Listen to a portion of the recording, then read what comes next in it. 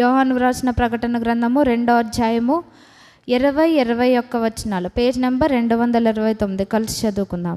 అయినను నీ మీద తప్పు ఒకటి నేను మోపవలసి ఉన్నది, ఏమనగా తను ప్రవక్తనని చెప్పుకొంచున్న యెజబెల్ అను స్త్రీని నీ ఉండనిచ్చుచున్నావు. జారత్వం చేయుటకును విగ్రహములకు బలి ఇచ్చిన వాటిని తినుటకును అది నా దాసులకు బోధించుచు వారిని మోసపరచున్నది. మారు మనసు పొందుటకు నేను దానికి సమయం ఇచ్చితిని, కానీ అది తన జారత్వం విడిచిపెట్టి మారు మనసు పొందనొల్లదు. ప్రార్థన చేసుకుందాం. మహాపరిశుద్ధుడైన మా తండ్రి, గడిచిన వారమంతా మీరు ఎక్కడైనా కాపాడు భద్రపరిచి నేను చేరవచ్చిన ప్రతి ఒక్క బిడ్డ నన్ను క్షేమంగా సజీవ లెక్కలో ఉంచారు, మీకు వందనాలు.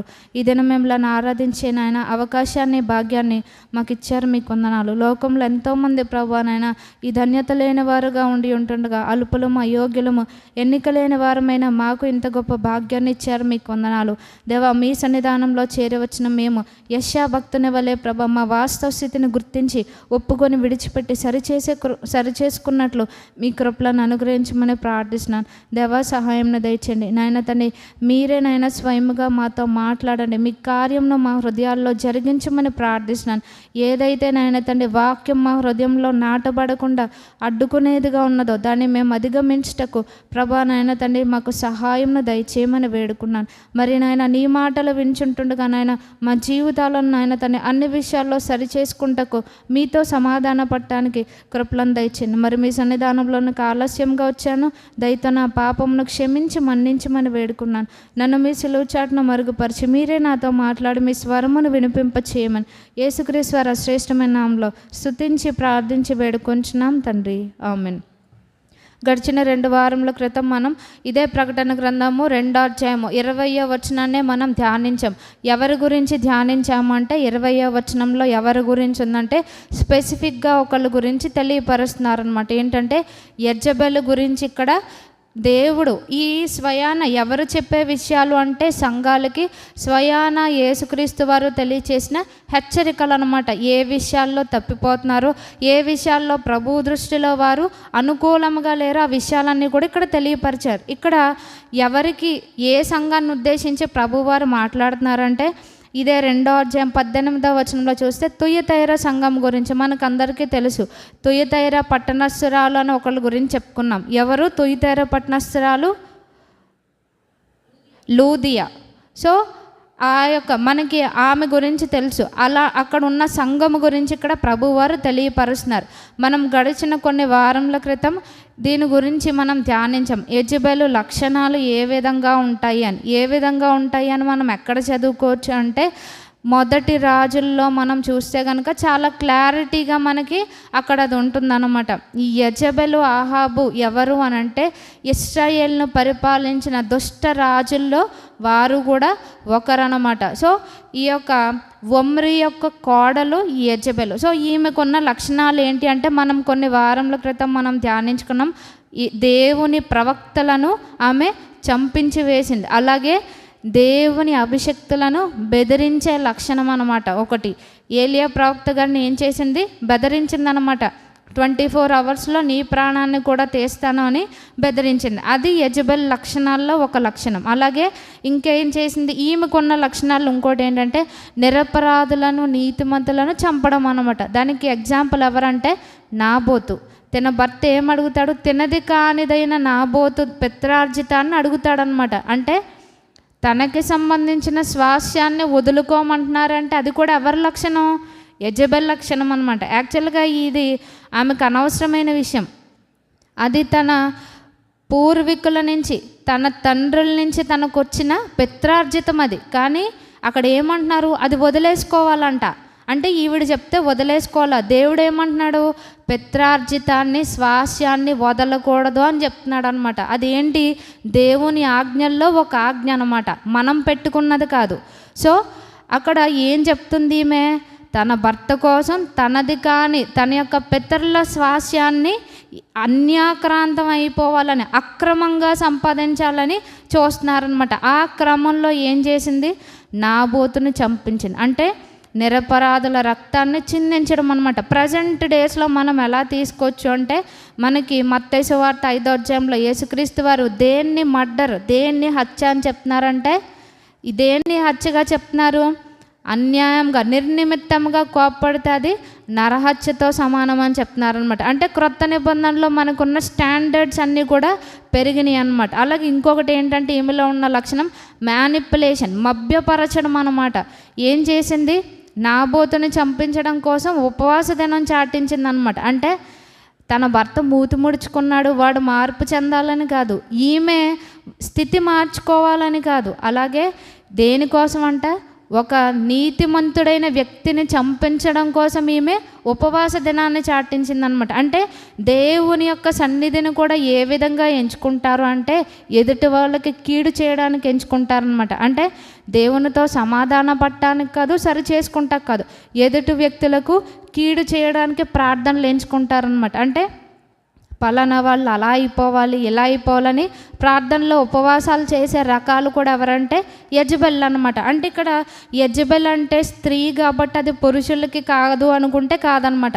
ఆ ఆత్మ స్త్రీలలో పురుషుల్లో కూడా పనిచేస్తూ ఉంటుంది, దానికి ఏ పార్షియాలిటీ ఉండదు. అలాగే ఇంకొకటి ఏంటి అంటే ఫాల్స్ అక్యుజేషన్స్ అనమాట. అంటే అబద్ధమైన నిందలు వేయడం అనమాట. లేనిపోని నిందలు ఒక వ్యక్తి మీద వేయడం అనేది యెజబెలుకున్న లక్షణం అన్నమాట. ఏం చేసింది? నాబోతు మీద రాజుని దేవుణ్ణి దూషించాడని అబద్ధ సాక్ష్యం పలికించింది. అలాగే ఇంకొకటి ఇక్కడ ప్రభువారు స్పష్టంగా చెప్పేది ఏంటి అంటే 20వ వచనంలో ఆమె ఏం చేస్తుందంట? జారత్వము చేటకు విగ్రహములకు బలి ఇచ్చిన వాటిని తింటకును అది నా దాసులకు బోధించుచు వారిని మోసపరచుచున్నది. సో ఇక్కడ ఎందుకు దేవుడు స్పెసిఫిక్గా చెప్తున్నాడంటే మనం ప్రకటన గ్రంథము 2వ అధ్యాయము 20-21 వచనాలు మనం ధ్యానించుకున్నాం. ఇక్కడ ఎందుకు అని అంటున్నారంటే యేసుక్రీస్తు వారు మనల్ని ఏం చేశారు? ఆయన రక్తం ఇచ్చి మనలను కొనుక్కున్నారు. అందుకని ఏమన్నారు? మీరు విలువ పెట్టి కొనబడిన వారు కనుక మనం ఏం చేయాలంట? మన దేహంతో దేవుని మహింపరచాలంట. ఎప్పుడు మహింపరుస్తామంటే ఎప్పుడైతే మనం పరిశుద్ధంగా జీవిస్తామో మన దేహములతో మనం దేవుని మహింపరిచేవారుగా ఉంటాం. కానీ ఇక్కడ ఈ సంఘంలో ఏ బోధ జరుగుతుంది? జారత్వం చేయడానికి, అంటే వారి శరీరాలను అపవిత్రపరుచుకున్నా ఏం పర్వాలేదు అనే బోధ జరుగుతుందన్నమాట ఇక్కడ. అంటే కాంప్రమైజ్ అవుతున్నారు, రాజీ పడుతున్నారనమాట. అంటే లోకములో ఉన్న సుఖాల కోసం, శరీరాశల కోసం ఇక్కడ ఏమవుతున్నారు? కాంప్రమైజ్ అవుతున్నారనమాట. మన జీవితంలో కూడా అంతే. ఈ ఒక్కసారి చేసినా ఏం పర్వాలేదులే అని మనం అనుకుంటాం, కానీ అది యెజబెలు లక్షణం అనమాట. మనం రాజీ పడకూడదు. ఏ పరిస్థితి అయినా ఏదైనా సరే దేవుని కొరకు మనము నిలబడాలి అని ప్రభువారు మనకి తెలియపరుస్తున్నారు. అందుకని దేవుని చిత్తం ఏంటి అంట స్పష్టంగా మనకుంది. 1 తెస్సలోనికైలకు రాసిన పత్రిక 4వ అధ్యాయము పేజ్ నెంబర్ 186. 1 తెస్సలోనికైలకు రాసిన పత్రిక 4వ అధ్యాయము 3, 4, 5 వచనాలు చూస్తే పేజ్ నెంబర్ 186. మీరు పరిశుద్ధులగుటయే అనగా మీరు జారత్వమునకు దూరంగా ఉండుటయే దేవుని చిత్తము. ఇక్కడ ఏమన్నారు? పౌలు గారి ద్వారా పరిశుద్ధాత్ముడు మనకు తెలియపరిచే విషయం ఏంటంటే మనం పరిశుద్ధంగా ఉండాలంట. అసలు పరిశుద్ధంగా ఉండడం ఏంటి అంటే కంటిన్యూషన్ ఉంది అక్కడ. మీరు జారత్వమునకు దూరముగా ఉండాలి అని. ఇంగ్లీష్ వెర్షన్స్లో ఏముంటుందంటే మన ప్రైవేట్ లైఫ్లో, అంటే మన వ్యక్తిగత జీవితంలో పరిశుద్ధత ఉండాలంట. అంటే మనం ఒంటరిగా ఉన్నప్పుడు మన ఆలోచనలు ఏ విధంగా ఉన్నాయి, మన ఊహలు ఏ విధంగా ఉంటున్నాయి, మనం ఒక వ్యక్తిని చూస్తున్నామంటే ఏ కోణంతో చూస్తున్నాం, అందులో పరిశుద్ధత ఉంటుందన్నమాట. అందుకని యోబు భక్తుడు కన్యకను నేను ఎలాగూ చూచుదును అన్నారు. మనము కూడా అంతే.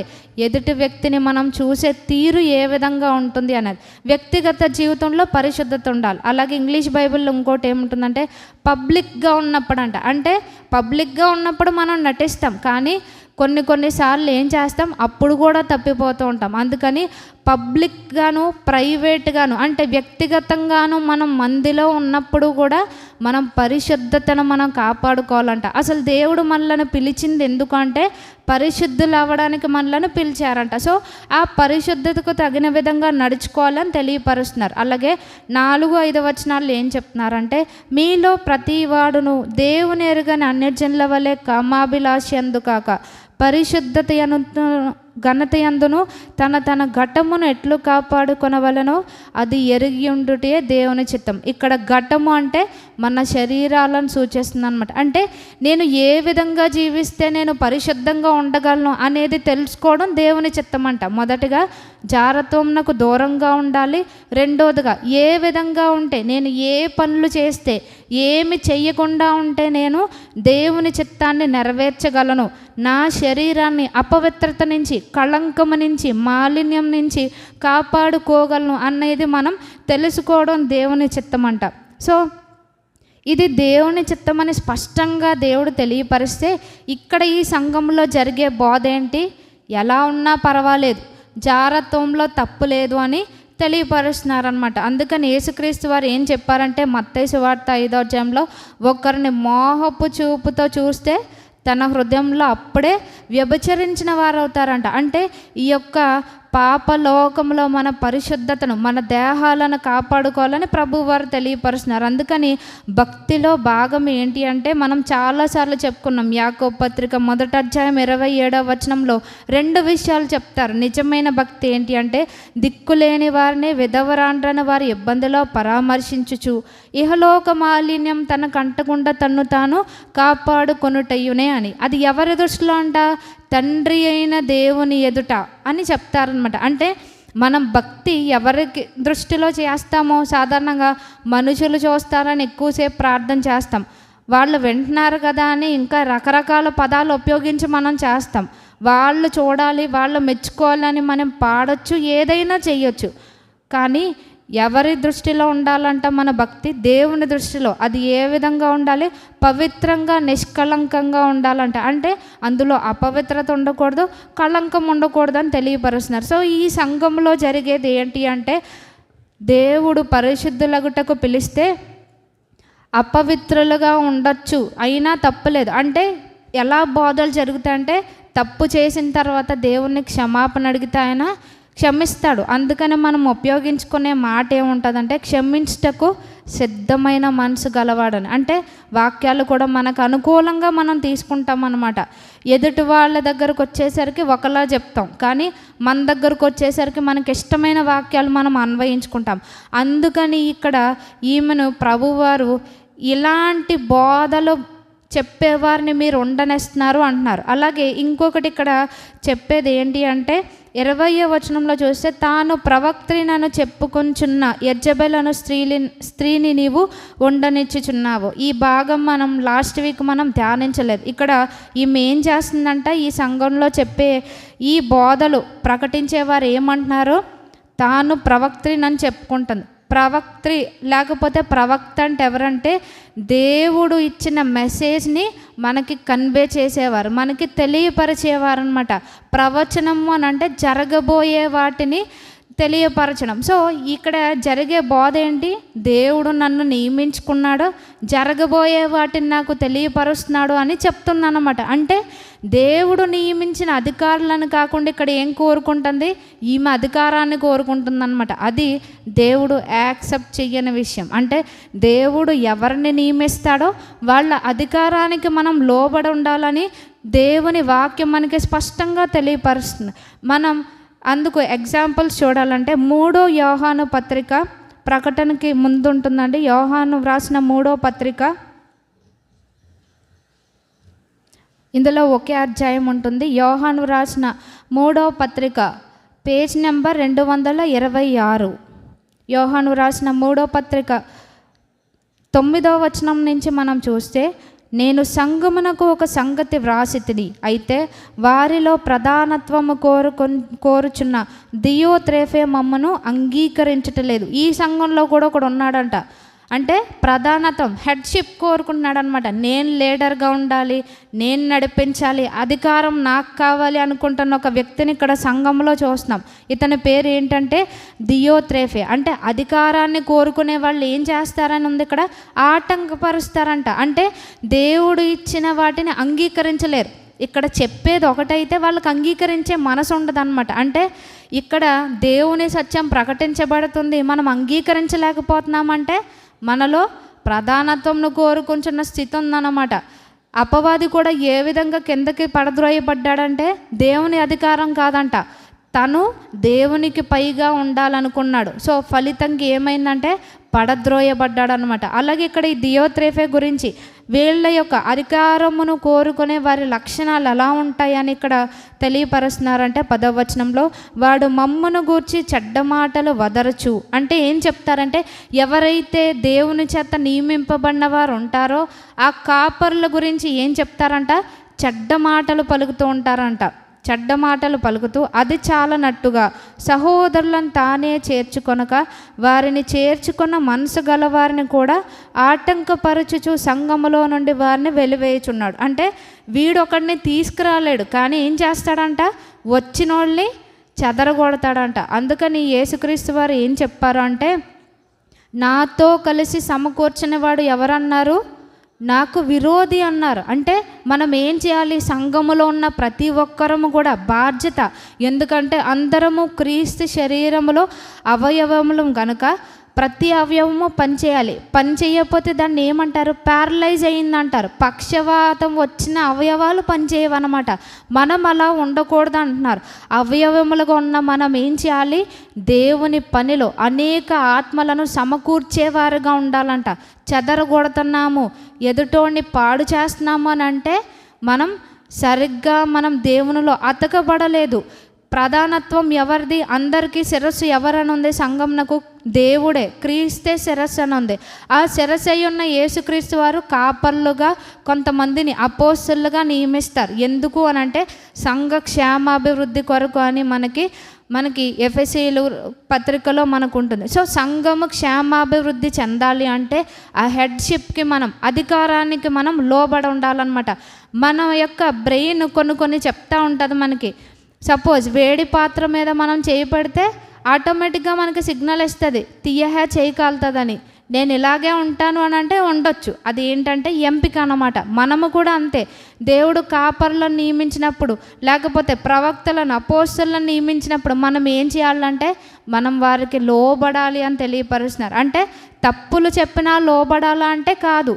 వాళ్ళు తప్పు చెప్తున్నప్పుడు మనం ఏం చేయాలి, వాటిని ఇది తప్పు అని తెలియపరచాలి. కానీ సత్యం చెప్పుతున్న దానికి మనం అడ్డుపడుతున్నాము అని అంటే మనం ఏం కోరుకున్నాం, ప్రధానత్వాన్ని కోరుకున్నాం. ఇక్కడ దియోత్రేఫే చేసేది అదే అన్నమాట. ఏం చేశాడు, సంఘములోనికి ఎవరిని రానివ్వకుండా వచ్చేవారిని చెడగొడుతూ ఉన్నాడనమాట. ఎలా చెడగొడతాడో వాళ్ళ గురించి మీకు తెలుసా, వాళ్ళ బతుకులు తెలుసా, వాళ్ళ సాక్ష్యాలు తెలుసా. అందుకని ఎవరి గురించి మనం ప్రభు వారికే సాక్ష్యం ఇవ్వక్కర్లేదంట. కానీ మనం ఏం చేస్తాం, ఆ పని మనం తీసుకుంటాం అన్నమాట. ఎందుకు అంటే అందుకని యేసుక్రీస్తు వారు ఏమన్నారంటే, నీ కంటిలో ఉన్న దూలాన్ని చూసుకోవు, ఎదుటోళ్ళ కంటిలో ఉన్న నలుసును చూస్తామని. సో ఇది మనలో ఉండకూడదు అని ప్రభు వారు కోరుకుంటున్నారు. ఇంకా ఇక్కడ ఏమంటున్నారంటే 10వ వచనం కంటిన్యూషన్ చూస్తే, అందుచేత నేను వచ్చినప్పుడు వాడు చేయుచున్న క్రియలను జ్ఞాపకం చేసుకుందను. అలాగే 11వ వచనం మనం చూస్తే, ప్రియుడా చెడు కార్యమును కాక మంచి కార్యం అనుసరించి నడుచుకొనుము. మేలు చేయువాడు దేవుని సంబంధి, కీడు చేయువాడు దేవుని చూచిన వాడు కాడు. సో కంటిన్యూషన్గా ఈ వర్స్ చెప్తున్నారు, ఈ వచనం చెప్తున్నారా అంటే ఇది చెడు కార్యమా మంచి కార్యమా, ప్రధానత్వంను కోరుకోవడం అనేది చెడు కార్యమా మంచి కార్యమా, చెడు కార్యం. అలాగే సంఘములో ఉన్న వారిని చెడగొట్టడం మంచి కార్యమా చెడు కార్యమా, చెడు కార్యమే అనమాట. సో ఇక్కడ అందుకని క్లియర్గా చెప్తున్నారనమాట, ఇలాంటి చెడు కార్యాలను కాక మంచి కార్యాలను అనుసరించి నడుచుకుంటున్నారు. కీడు చేయువాడు దేవుని చూచినవాడు కాదు అని తెలియపరుస్తున్నారనమాట. సో ఈ యెజబెలులో ఉన్న లక్షణం ఇక్కడ మనం క్లియర్గా చూస్తే ప్రవక్త్రినని చెప్పుకుంటుంది అనమాట. అంటే ఆమెకు దేవుడు ఇవ్వని దాన్ని ఆమె క్లెయిమ్ చేసుకుంటుంది. నాకు ఈ అధికారం ఉంది, నాకు ఈ హక్కు ఉందని అంటుందన్నమాట. అటువంటి వారిని మనం ఉండనివ్వకూడదని ప్రభు వారు తెలియపరుస్తున్నారు. ఇదే ప్రధానత్వంను కోరుకుంటున్న ఇంకొక బెస్ట్ ఎగ్జాంపుల్ మనం చూస్తే సంఖ్యాకాండము 16వ అధ్యాయము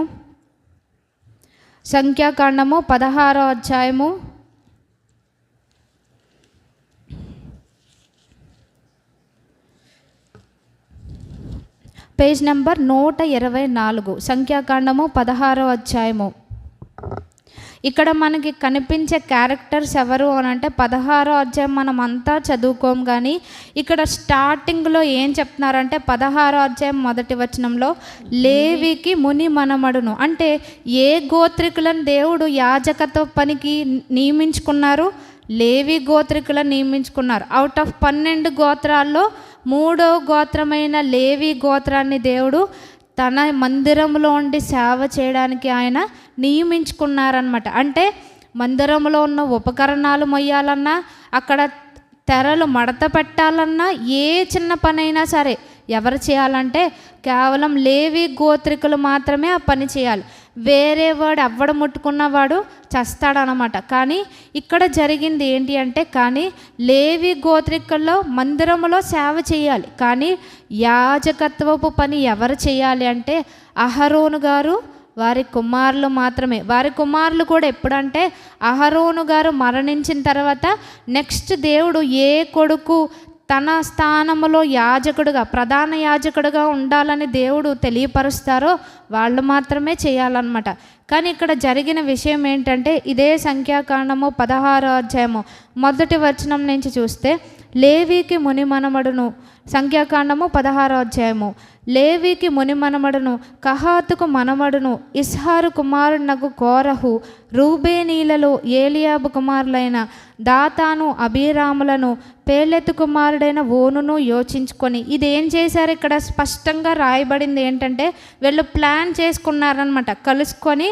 ఇటువంటి వారికి ట్రూప్ ఎక్కువగా ఉంటుంది అనమాట. మిగిలిన గోత్రాల్లో నుంచి కూడా వీడికి సపోర్ట్ ఉన్నట్టుగా మనం ఇక్కడ చూస్తున్నాం.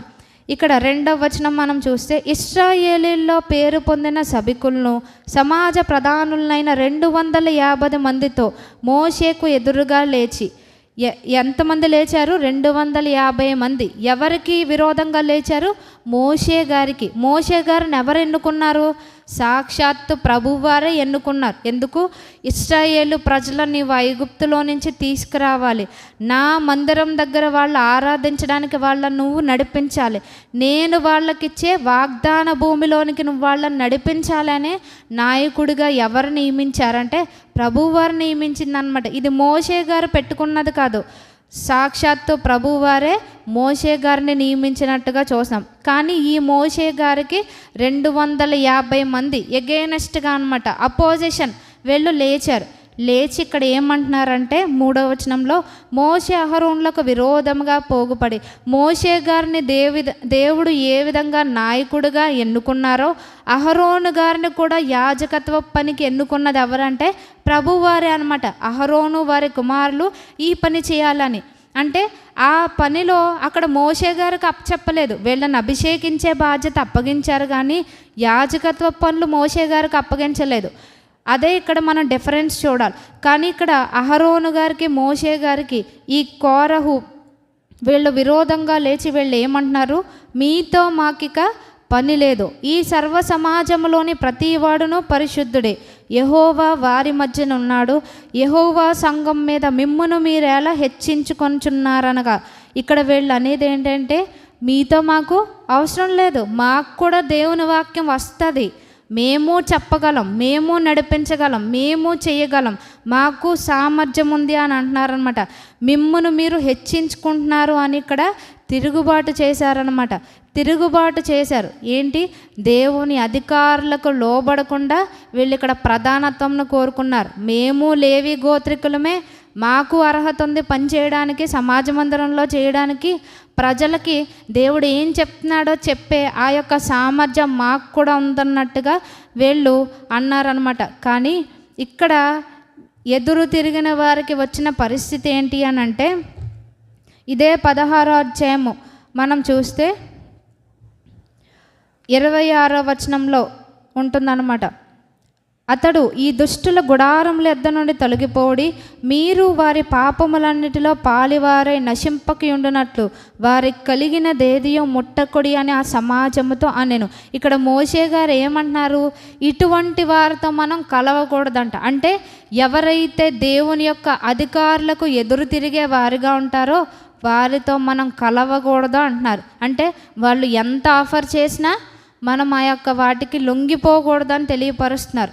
మనం ఏం చేయాలంటే ఈవెన్ వాళ్ళకి కలిగింది కూడా ముట్టుకోకూడదు అంటాను. కానీ ఈనాడు జరిగేది ఏంటంటే ఇక్కడ దేవుడు నిలబెట్టిన వారికి విరోధంగా జరిగే దాంట్లో ఎక్కువ మంది కలుస్తారనమాట. అందుకని ఇక్కడ మోషే గారు వారికి హెచ్చరిక ఇచ్చారు. ఇంకా ఏం చెప్తున్నారు అంటే 27వ వచనంలో, కాబట్టి వారు కోరహు, దాతాను, అబీరాముల నివాసముల యొద్ద నుండి ఇటు అటు లేచిపోగా దాతాను అబీరాములను, వారి భార్యలను, వారి కుమారులను, వారి పసిపిల్లలను తమ గుడారముల ద్వారమున నిలిచిరి.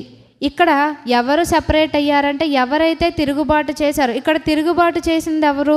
కోరహు, దాతాను, అబీరాములు, ఇంకా 250 మంది.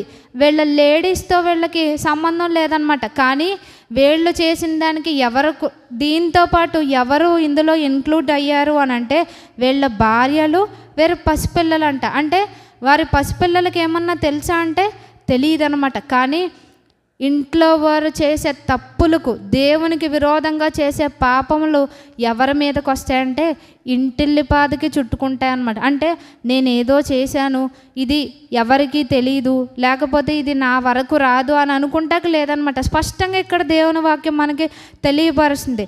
వారి భార్యలు, వారి కుమారులు, వారి పసిపిల్లలు కూడా అక్కడ దోషులుగా ఉన్నారు. వీళ్ళకి జరిగింది ఏంటి అంటే ఇక్కడ 32వ వచనం, ఇదే సంఖ్యాకాండము 16వ అధ్యాయం 32వ వచనంలో చూస్తే, భూమి తన నోరు తెరిచి వారిని, వారి కుటుంబములను, కోరహు సంబంధులందరినీ, వారి సమస్త సంపాద్యమును మృంగివేసెను. అలాగే 33వ వచనం, వారును వారి సంబంధులందరూ ప్రాణముతో పాతాళములో కూలిరి, భూమి వారిని మృంగివేసెను, వారు సమాజములో ఉండకుండా నశించిరి. సో వీళ్ళు అసలు దాసత్వం నుంచి ఎందుకు వచ్చారంటే వాగ్దాన భూమిలోనికి వెళ్ళటానికి వచ్చారు. కానీ వీళ్ళ యొక్క దుష్టత్వం అంటే ప్రధానత్వంను కోరుకుంటున్న ఆ స్థితి వలన వీళ్ళు ఏమయ్యారంటే వాగ్దాన దేశంలో ప్రవేశించలేదు సరికదా, వాళ్ళు వాళ్ళ ఫ్యామిలీస్ అంతా కూడా నశించిపోయినట్టుగా మనం చూస్తున్నాం. సో ఇక్కడ యెజబెలు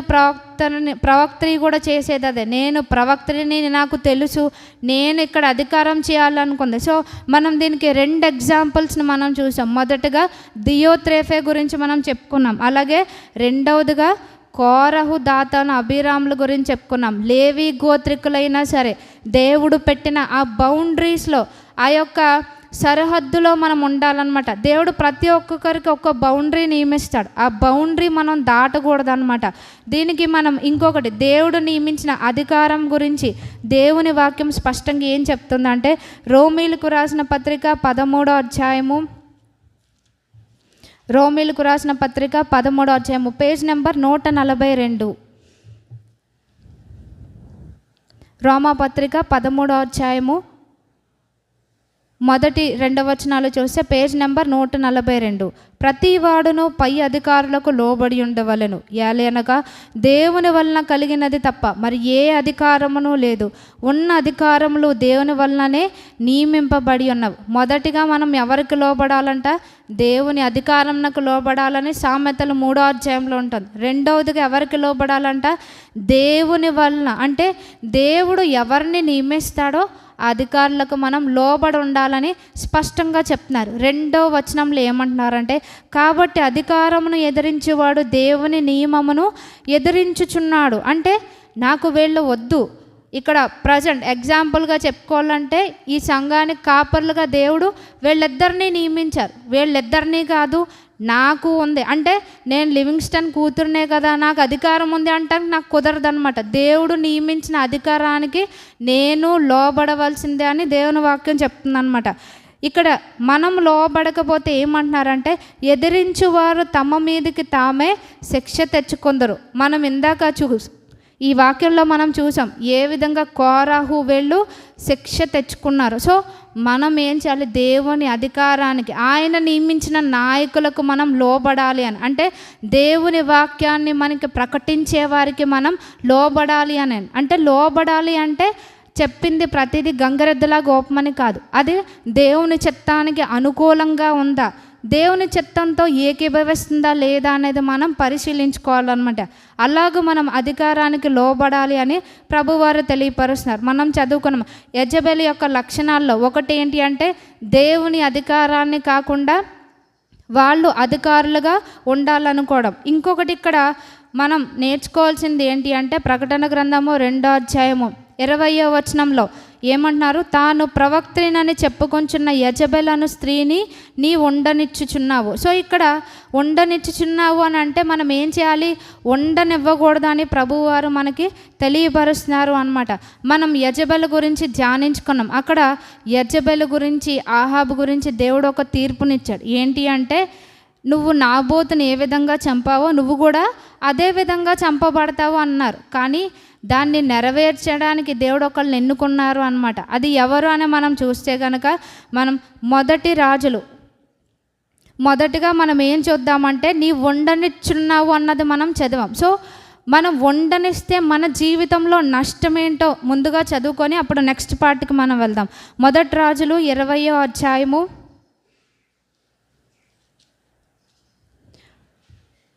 అంటే ఇటువంటి యెజబెల్ని మన జీవితంలో, మన సంఘాల్లో ఉండనిస్తే మనకి కలిగే నష్టం ఏంటో మొదటిగా మనం ధ్యానిస్తే 1 రాజులు 20వ అధ్యాయంలో 42వ వచనం, పేజ్ నెంబర్ 303. 1 రాజులు 20వ అధ్యాయము 42వ వచనం. ఇక్కడ ఏం చెప్తున్నారంటే అప్పుడు అతడు యెహోవా సెలవిచ్చిందేమనగా, నేను శపించిన మనుషుని నీవు నీ చేతిలో నుండి తప్పించుకొని పోనిచ్చితివి గనుక వాని ప్రాణమునకు మారుగా నీ ప్రాణమును, వారి జనులకు మారుగా నీ జనులను అప్పగింపబడుదురని రాజుతో అనగా. ఇక్కడ ఏమంటున్నారు? ఇది స్వయాన దేవుడు సెలవిచ్చిన మాట అన్నమాట. ఏమంటున్నారు? ఇక్కడ జరిగిన ముందు భాగంలో ఏం చెప్తారు అని అంటే ఒక బెన్హదదు అనే రాజుని చంపేయమని దేవుడు సెలవిస్తాడు. కానీ వాడిని చంపకుండా వీడు ఏం చేస్తాడంటే ఆహాబు వాడిని వదిలేస్తాడనమాట. వాడిని బ్రతకనిచ్చాడు. అందుకని ప్రభువారు ఏం చెప్తున్నారు? నేను చంపమన్న దాన్ని నువ్వు చంపకుండా నువ్వు ఉండనిచ్చావు కాబట్టి, నువ్వు రాజీ పడ్డావు కాబట్టి అతనికి మారుగా నీ ప్రాణమని. సో మన జీవితంలో కూడా అంతే. పాపాన్ని మనం ఉంచుకుంటూ ఉంటే కనుక అది మనం ఏం చేస్తుంది?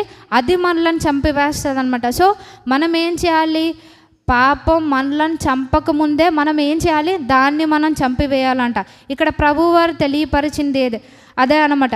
నువ్వు ఉండనిచ్చావు కాబట్టి దానికి బదులుగా నీ ప్రాణం పోతుంది అని ఇక్కడ తెలియపరుస్తున్నారు అనమాట. సో యెజబెల్ని ఉండనివ్వకూడదు అని ఇక్కడ అంటున్నారు. మనం ఉండనిస్తే ఏం జరుగుద్దో మనం చెప్పుకున్నాం. సో ఉండనివ్వకూడదంటే మనం ఏం చేయాలి అని అంటే ఇక్కడ యెజబెల్ని చంపడానికి దేవుడు ఒక వ్యక్తిని ఎన్నుకున్నారు. ఆయన పేరు తెలుసా? యెజబెల్ని చంపడానికి దేవుడు ఒక వ్యక్తిని ఎన్నుకున్నాడు. యెహూ అనే వ్యక్తిని దేవుడు ఎన్నుకుంటారనమాట. మనం అది చూస్తే గనక 1 రాజులు 9వ అధ్యాయము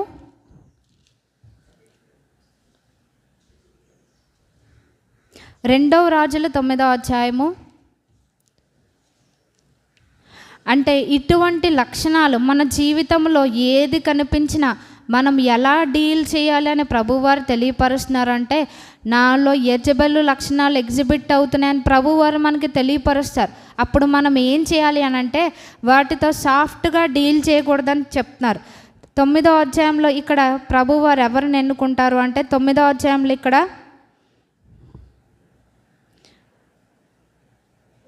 మొదటి వచనం నుంచి చూస్తే అంతటా ప్రవక్తగు ఎలీషా ప్రవక్తల శిష్యులలో ఒకని పిలువనంపించి అతనితో ఇట్లనెను, నీవు నడుము బిగించుకొని ఈ తైలపు గిన్నె చేత పట్టుకొని రామోద్గిలాదనకు పోయి అచ్చట ప్రవేశించినప్పుడు నింషీకి పుట్టిన యెహోషాపాతు కుమారుడైన యెహూ ఎక్కడనున్నాడని తెలుసుకొని అతన్ని దర్శించి.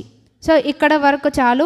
మళ్ళా 3వ వచనంలో చూస్తే తైలపు గిన్నె తీసుకొని అతని తల మీద పోసి నేను నిన్ను ఇశ్రాయేలు మీద పట్టాభిషిక్తునిగా చేసి తినని యెహోవా సెలవిచ్చున్నాడని అతనితో చెప్పి.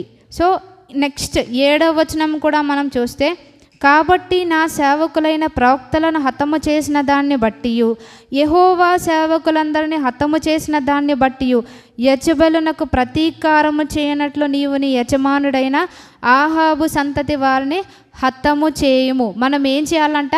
మనలో ఇటువంటి లక్షణాలు ఏవి కనిపిస్తున్నా మనం వాటిని హతం చేయాలి అంటున్నారు. అందుకని ధనాపేక్ష గురించి ఏం చెప్తున్నారంటే దాన్ని మనం విగ్రహారాధన అయిన ధనాపేక్షను మనం ఏం చేయాలంట? ఏం చేయాలని వాక్యం చెప్తుంది?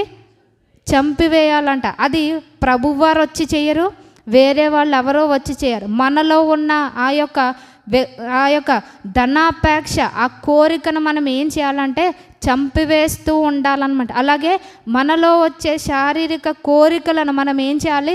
చంపివేయాలి అని ప్రభువారు తెలియపరుస్తున్నారు. ఇక్కడ యెజబెల్ గురించి కూడా చెప్పింది ఇదే. ఈమెతో సాఫ్ట్గా డీల్ చేయమనలేదు ప్రభువారు. ఏమన్నారు? నువ్వు హతము చేయాలి అని అంటున్నారు. అంటే దేవుడు ఇక్కడ యెహూ గారిని ఎన్నుకున్నట్టుగా మనం చూస్తాం. మన జీవితంలో కూడా ఇటువంటి లక్షణాలు, యెజబెల్ వంటి లక్షణాలు కనబడినప్పుడు మనం ఏం చేయాలంటే మనం దాన్ని చంపివేయాలి అని, అంటే కనికరించకుండా వాటిని నిర్మూలించుకోవాలని తెలియపరుస్తున్నారు. మన బాడీలో ఏదైనా అనారోగ్యం వచ్చినప్పుడు మనం ఏం చేస్తాం? దాన్ని సాఫ్ట్గా మనం డీల్ చేయం. మనం యాంటీబయాటిక్స్ వేసుకుంటాం, కావాల్సిన మెడికేషన్ వాడతాం. అంటే లోపల ఉన్న రోగాన్ని మనం ఏం చేస్తాం? మనం చంపివేస్తూ ఉంటాం అన్నమాట. సో ఆఫ్టర్ ఆల్, అంటే మనతో రాని యొక్క శరీరం విషయంలోనే మనం ఎంత కేర్ తీసుకున్నప్పుడు మరి ఎల్లప్పుడూ ఉండే ఈ ఆత్మ విషయంలో మనం చాలా జాగ్రత్త తీసుకోవాలని తెలియపరుస్తున్నారు. సో మన ఆత్మను నశింపచేసే యెజబెల్ వంటి లక్షణాలు, ఆహాబు వంటి లక్షణాలు, దెయోత్రేఫే వంటి లక్షణాలు, కోరహు వంటి లక్షణాలను మనం ఏం చేయాలంట? చంపివేయాలి అని ప్రభువారు మనకి తెలియపరుస్తున్నారనమాట. ఎందుకు అనంటే ఇది నిషిద్ధమైనది అని ప్రభువారు తెలియపరుస్తున్నారు. మనం చాలాసార్లు ద్వితీయోపదేశకాండము 13వ అధ్యాయము 18వ వచనం మనం చూసుకున్నాం. ఈ పేజ్ ఇలాగే తీసి పెట్టుకోండి, 2వ రాజులు. అలాగే ద్వితీయోపదేశకాండము 13వ అధ్యాయం మనం చూస్తే, ద్వితీయోపదేశకాండము 13వ అధ్యాయము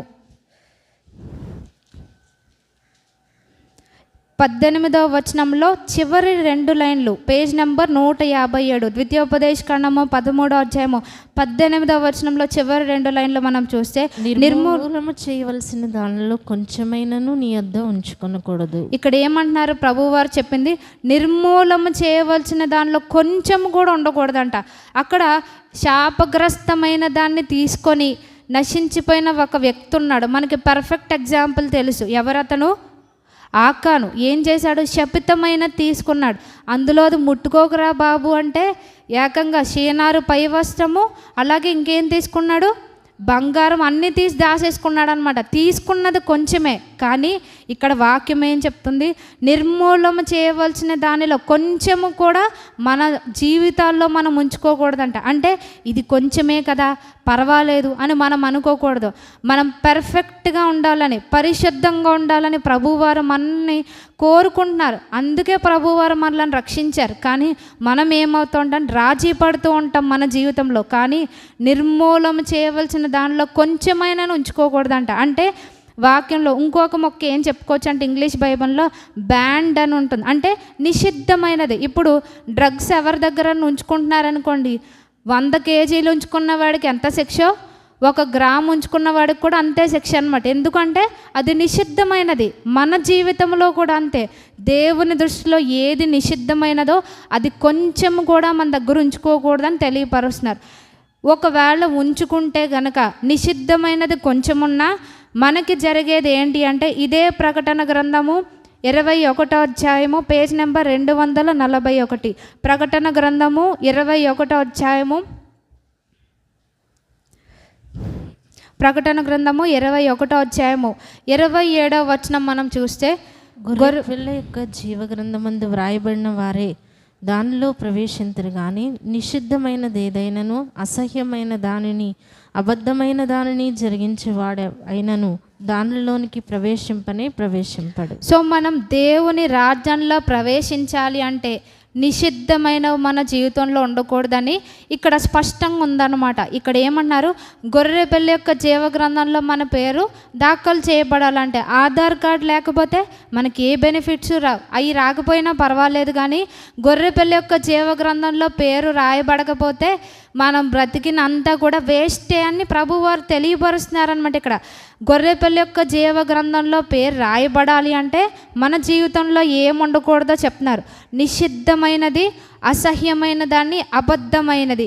ఈ 3 మన జీవితంలో ఉండకూడదంట. అంటే దేవుడు ఏది కుదరదు, ఏది వద్దు, ఏది కాదు అని అంటున్నాడో అవి నిషిద్ధమైనవి, అవి మన జీవితంలో ఉండకూడదంట. అవి ఉంటే గనక గొర్రెపిల్ల జీవ గ్రంథంలో పేరు ఉండదు. వైస్ వర్స అనమాట. పేరు ఉండాలి అంటే ఇవి ఉండకూడదు, ఇవి ఉన్నా నాకు పర్వాలేదు అంటే పేరు ఉండదు అనమాట. సో మనం దేవుని రాజ్యంలో ప్రవేశించాలి అని అంటే గొర్రెపిల్ల యొక్క జీవ గ్రంథంలో మన పేరు వ్రాయబడాలి అంటే ఇక్కడ ఏంటంటే దేవుడు చెప్పిన ఈ కండిషన్స్ అన్నీ కూడా మనం నెరవేర్చాలి. నిషిద్ధమైనది, అసహ్యమైనది. ఎవరి దృష్టిలో అసహ్యమైనది? దేవుని దృష్టిలో అసహ్యమైనది అనమాట. అంటే మనుషులు అసహ్యించుకుంటున్నారని మనం అసహ్యించుకోవడం కాదు, అది దేవుడు నిజంగా అసహ్యించుకుంటున్నాడా అనేది మనం తెలుసుకోవాలి. రెండవదిగా అబద్ధమైనది. అంటే మన జీవితంలో అబద్ధం మాట్లాడకూడదు. అబద్ధాన్ని ప్రేమించి జరిగించేవారు కూడా ఇందులోనికి ప్రవేశించారు అని దేవుని వాక్యం తెలియపరుస్తుంది. సో ఇలాంటి నిషిద్ధమైనది ఉంటే గనక మనం చేసిన భక్తి అంతా వేస్టే అన్నమాట. సో నిషిద్ధమైనది మన జీవితంలో ఉండకూడదని ప్రభువారు మనకి తెలియపరుస్తున్నారు. మనం దీనికి రిలేటెడ్గా వర్స్ చదువుకున్నాం. ఆ రాజును ఉండనిచ్చావు కాబట్టి దానికి బదులుగా నీ ప్రాణం అంటున్నారు. సో నిషిద్ధమైనది ఉంటే రెండవ మరణంలో పాలు పంపులు ఉంటాయి. సో అలా ఉండకూడదంటే మనం ఏం చేయాలంటే ఎప్పటికప్పుడు దీన్ని మనం చంపివేస్తూ ఉండాలి. దేని అంటే మనలో యెజబెలు రాకుండా దాన్ని చూసుకోవాలి. వస్తే గనుక దాన్ని చంపివేయాలి అని మనం తెలుసుకున్నాం. ఇక్కడ యెజబెలును చంపడానికి దేవుడు ఒక వ్యక్తిని నియమించినట్టుగా చూస్తున్నాం, యెహూ అనే వ్యక్తిని. సో యెహూ అనే వ్యక్తి తనంతటి తాను దీన్ని చేయలేడు అనమాట. దీనికి ఏం అవసరం అంటే మనం చదువుకున్నాం ఇక్కడ 9వ అధ్యాయంలో ఇక్కడ ఏం చేశారు? తైలపు గిన్నె చేత పట్టుకొని, అంటే అక్కడ యెహూకి ఏం చేశారంటే అభిషేకించారనమాట. దీన్ని ఎవరు చెప్పారు అంటే అభిషేకించమని ప్రభువు వారు చెప్తారు ఎలీషా గారికి. నువ్వు పలానా వ్యక్తిని పంపించి యెహూని నువ్వు అభిషేకించు అంటారు. అంటే యెజబెల్ను చంపాలి అని అంటే మనలో ఉన్న ఆ లక్షణాలను మనం అధిగమించాలంటే ఇది మన శక్తి సామర్థ్యాల వల్ల అయ్యేది కాదు. మనకి ఏం అవసరం అంటున్నారంటే దేవుని యొక్క అభిషేకం, పరిశుద్ధాత్మ శక్తి మనకు కావాలంట. ఎప్పుడైతే పరిశుద్ధాత్మ శక్తితో మనం నింపబడతామో మనం చంపగలం. దాన్ని ఏమంటామంటే అనాయింటింగ్ అంటాం అనమాట. అంటే దేవుని పరిశుద్ధాత్మ శక్తి లేకపోతే మనం ఏది చేయలేం. మన శరీరాన్ని మనం జయించడం అనేది చాలా కష్టం.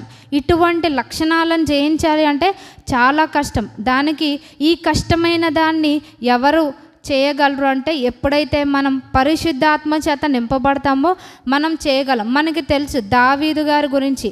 దావీదు గారు ఏ విధంగా సింహాన్ని ఎలుగుబంటిని చీల్చారు? దేవుని శక్తి చేత. మనం ఒకసారి అది చూస్తే కనుక 1 సమూయేలు 16వ అధ్యాయము, 1 సమూయేలు 16వ అధ్యాయం పేజ్ నెంబర్ 237 13వ వచనం మనం చూస్తే, సమూయేలు తైలపు కొమ్మును తీసి వాని సహోదరులు ఎదుట వానికి అభిషేకము చేసెను. నాటి నుండి యెహోవా ఆత్మ దావీదు మీదికి బలముగా వచ్చెను. ఎప్పుడు దేవుని ఆత్మ వచ్చింది? ఎప్పుడైతే అతను అభిషేకించబడ్డాడో దేవుని ఆత్మ చేత అతను బలముగా నింపబడ్డాడు. సో ఎప్పుడైతే నింపబడ్డాడో అప్పుడే ఏం చేశాడంటే తను సింహాన్ని ఎలుగుబంటిని చంపివేశాడు. అలాగే అంటే అది సింహము ఎలుగుబంటి దేనికి సాదృశ్యంగా ఉందంటే మన వ్యక్తిగత జీవితంలో ఉన్న పోరాటాలు, మనం ఎదుర్కొనే పోరాటాలు ఎవరికి తెలియవు అనమాట. మన వ్యక్తిగత జీవితంలో కొన్ని మనం చెప్పుకుంటాం, కొన్ని చెప్పుకోం. సో ఈ వ్యక్తిగత పోరాటాలకు సాదృశ్యంగా ఈ సింహము ఎలుగుబంటి ఉంది, దాన్ని చంపాలి. అంటే మనం ఒంటరిగా ఉన్నప్పుడు మనకు ఎన్నో ఆలోచనలు వస్తాయి, వాటిని మనం జయించాలి అంటే అవి ఎలాంటివంటే సింహములాగా బలమైనవి, ఎలుగుబంటి వలె మనల్ని చీల్చేవి. అటువంటి వాటిని మనం చంపాలి అంటే మనకి పరిశుద్ధాత్మ శక్తి అవసరం. అలాగే గొలియాతును చంపాడు. అది ఎక్కడ జరిగింది? సీక్రెట్గా జరగలేదు, అది పబ్లిక్లో జరిగిందనమాట. అటువంటి మన జీవితంలో బలాఢ్యుడైన గొలియాతు, అటువంటి జైంట్స్, అటువంటి సమస్యలు మనకు ఎదురైనప్పుడు వాటిని జయించాలి అన్న పరిశుద్ధాత్మ శక్తి కావాలి. అక్కడ దావీదు గారు ఒక్క రాయితో చంపారు అంటాం, కానీ దేవుని శక్తితో ఆయన గొలియాతును జయించాడు. సో మన జీవితంలో కూడా మన వ్యక్తిగత జీవితంలో ఉన్న పోరాటాలు కానీ లేకపోతే బాహ్యంగా మనం ఎదుర్కొనే పోరాటాలను మనం జయించాలి అంటే మనకి పరిశుద్ధాత్మ శక్తి అవసరం. అలాగే సంసోను గారి గురించి కూడా మనకి తెలుసు. ఆయన ఏం చేస్తాడు?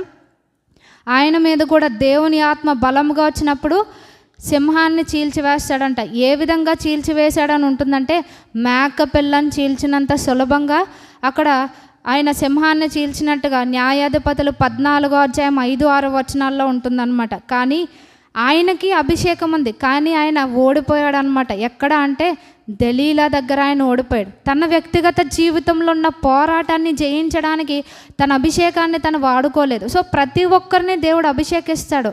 మనం ఏం చేయాలంటే దేవుడు నిషేధించిన వాటిని మనం చంపాలా లేకపోతే మన జీవితంలో ఉండనివ్వాలా అనేది ఎంపిక మనకే ఇచ్చారనమాట. ఈయన ఏం చేశారు, ఈమె చేతిలో దెలీలా చేతిలో చచ్చిపోతే సుఖం అనుకున్నాడు, కానీ దాన్ని చంపాలనుకోలేదు. కానీ అక్కడ జరిగింది ఏంటి అంటే తను బానిసగా మార్చబడ్డాడు. అంటే అభిషేకం ఉంటే సరిపోదు, దాన్ని ఏ విధంగా వాడుకోవాలో ఎలా వాడుకోవాలో కూడా మనకి తెలియాలన్నమాట. సో సంసోను గారు ఏం చేశారు, ఆ యొక్క సింహాన్ని చంపగలిగారు, కానీ దెలీలాని చంపలేకపోయాడు అనమాట. వాస్తవానికి ఏది బలమైనది ఇందులో సింహమే అని చెప్పుకోవచ్చు, కానీ అంతకంటే బలమైనది ఏంటంటే దెలీలా అన్నమాట.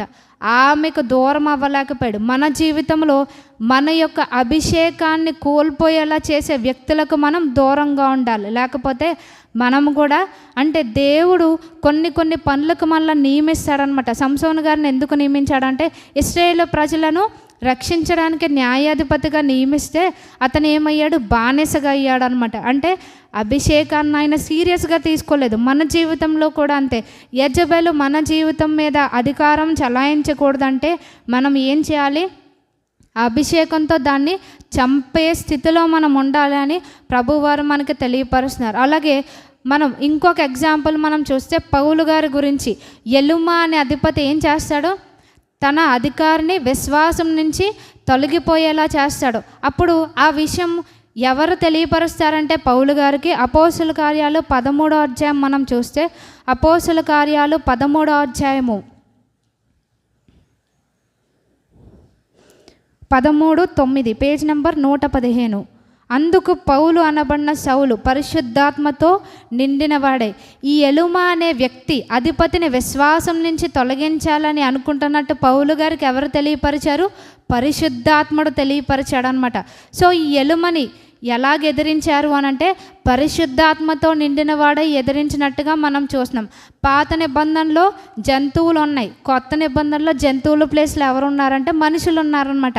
అంటే ప్రజెంట్ మన నేచర్ కూడా అలాగే ఉంది. అందుకని ఇక్కడ పౌలు గారు ఏమంటున్నారంటే పరిశుద్ధాత్మతో నిండిన వాడే 10వ వచనంలో అతని తేరి చూచి సమస్త కపటముతోనూ సమస్త దుర్మార్గంతోనూ నిండినవాడా, అపవాది కుమారుడా, సమస్త నీతికి విరోధి, నీ ప్రభు యొక్క తిన్నని మార్గంలో చెడగొట్టుట మానవ. అంటే ఇతని వాస్తవ స్థితి తెలియాలి, ఇతన్ని ఎదిరించాలి అంటే మాటలతో పని అయ్యేది కాదనమాట. దీనికి పరిశుద్ధాత్మ శక్తి అవసరం. మన జీవితంలో కూడా అంతే. మన ఆత్మీయత నుంచి మనల్ని తప్పించేవారిని, తోటి విశ్వాసులను ఆత్మీయత నుంచి తప్పించే వారి యొక్క స్థితి మనం గుర్తించాలి, వారిని ఎదిరించాలి. అంటే మనకి పౌలు గారి వలె పరిశుద్ధాత్మ శక్తి అవసరమని దేవుని వాక్యం మనకి తెలియపరుస్తుంది అనమాట. అంటే మనకి దేవుని ఆత్మాభిషేకం లేకుండా మనం ఏమీ చేయలేం. అందుకని ఏమంటారంటే God didn't just anoint us for the assignment. అంటే దేవుడు ఏ ఉద్దేశంతో మనల్ని లోకంలోనికి పంపించారో ఆ యొక్క పనిని, ఆ అసైన్మెంట్ని నెరవేర్చడానికి దేవుడు అభిషేకించాడు. దానితో పాటు he also anointed us for the attacks అన్నమాట. అంటే దాడి చేయడానికి కూడా దేవుడు మనల్ని అభిషేకించినట్టుగా చూస్తున్నాం. ఎవరి మీద దాడి అంటే మనుషుల మీద కాదు, మనలో దేవునికి విరోధముగా పనిచేసే వాటి మీద. అందుకని ఎఫ్సీలకు రాసిన పత్రికలు ఏమంటారు, మీరు పోరాడినది శరీరులతో కాదు అని అంటారు. సో వాటిని మనం దాడి చేయాలి అని అంటే మనకి అనాయింటింగ్ అవసరం అని. సో ఇక్కడ యెహూను కూడా ఏం చేశారు అంటే అభిషేకించినట్టుగా మనం చూస్తున్నాం. ఎప్పుడైతే ఈ యొక్క యెహూ అభిషేకాన్ని పొందుకున్నాడో మనం మరలా ఇదే 2వ రాజుల్లోనికి వస్తే కనుక 2వ రాజులు 9వ అధ్యాయము యెహూకి దేవుడిచ్చిన అసైన్మెంట్ ఏంటి అంటే ఈ యొక్క ఆహాబు యెజబెలు కుటుంబీకులందరినీ కూడా హతము చేయమని. సో ఇతను ఏం చేశాడు? వాళ్ళతో డీలింగ్స్ పెట్టుకోలేదనమాట. దేవుడు అభిషేకించాడు, పని చేయమని దేవుడు నిర్ణయించాడు కనుక అతను ఏం చేశాడు అంటే దేవుడు అప్పగించిన పని అంతా కూడా 2 రాజులు 9-10 వచనాలు ఇంటికెళ్ళి మనం చదువుకుంటే యెహూ గారు ఏ విధంగా దేవుని చిత్తాన్ని నెరవేర్చారో మనకి స్పష్టంగా ఉంటుంది. రాజుగారు కదా, వదిలేద్దాంలే, మనకి ఎంతో కొంత ఇస్తాడు, ఇలా అనుకోలేదనమాట. ఆయనకిచ్చిన అభిషేకాన్ని ఆయన దేవుని మహిమ కొరకు, దేవుని చిత్తానుసారంగా వాడినట్టుగా మనం చూస్తున్నాం అనమాట. ఏం చేస్తాడు అంటే యెహూ ఈ యొక్క ఆహాబు కొడుకైన యెహోరాముని చంపివేస్తాడు. అలాగే తను ఆహాబు మనవడైన అహజ్యా, రాత్రి మనం చెప్పుకున్నాం, అతల్యా కొడుకైన అహజ్యాని చంపివేస్తాడు. అలాగే యజబెల్ని చంపివేస్తాడు అనమాట. అలాగే ఆహాబుకి 70 మంది కొడుకులు ఉంటారు, వారి తలలు కూడా నరికించేవేస్తాడు. అలాగే ఆహాబు కుటుంబీకులందరినీ కూడా తను నిర్మూలిస్తాడనమాట. ఇవన్నీ మనం చూడం, కానీ యజబెల్ని ఏం చేశాడు అనేది మనం చూస్తే కనుక ఇదే 2 రాజులు 9వ అధ్యాయం మనం చూస్తే 31వ వచనం, 2 రాజులు 9వ అధ్యాయము 31వ వచనం, పేజ్ నెంబర్ 315. యెహూ గుమ్మము ద్వారా ప్రవేశించెను.